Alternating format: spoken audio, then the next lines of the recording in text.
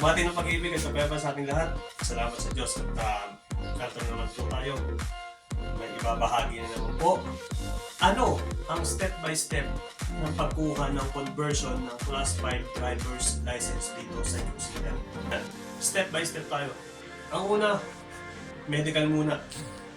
Kasi required sa mga truck driver ang mag-medical before ka kumuha ng theory test. So, pumunta tayo muna sa ospital para magpa-medical. Ang gagamitin nating form doon is DL9. So yun, pifilapan mo yung DL9.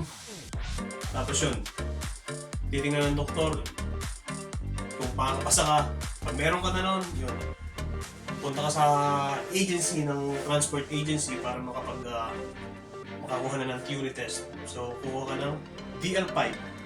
Yan yung form na ginagamit para sa conversion. Tapos, nakalakip doon yung passport, driver's license ng Pilipinas, photocopy nun, at certificate of particulars. Yung ibang transport agency hindi naghahanap ng ganito. Yan. After mong makompile lahat ng dokumento na yun, pila ka, at i-schedule ka for theory test. So, after theory test, pag nakapasa ka, yun, pwede ka nang mag-schedule ng driving sa driving school. Pwede ka magpa-appointment sa driving school. Kaya doon, ito yung mga ginawa ko. Yan, tungkol sa fatigue management and tungkol sa truck, syempre. Yan, sa mga knowledge dito sa mga road code. Yan. So, pag nakatapos ka na sa driving school, bibigyan ka na ng certification tulad nito. At mag-fill up ka din ng DL4. Ito yun. Sa DL4, nakakapalog doon pangalan mo yung driver's license mo. Driver's license mo ng New Zealand na may condition. Once kasi nakapasa ka sa theory test, bibigyan ka ng driver's license ng New Zealand with condition. Hindi ka pwede mag-drive ng sarili mo. Kailangan meron kang kasama na New Zealand, na may New Zealand driver's license na up to 2 years ang expiration.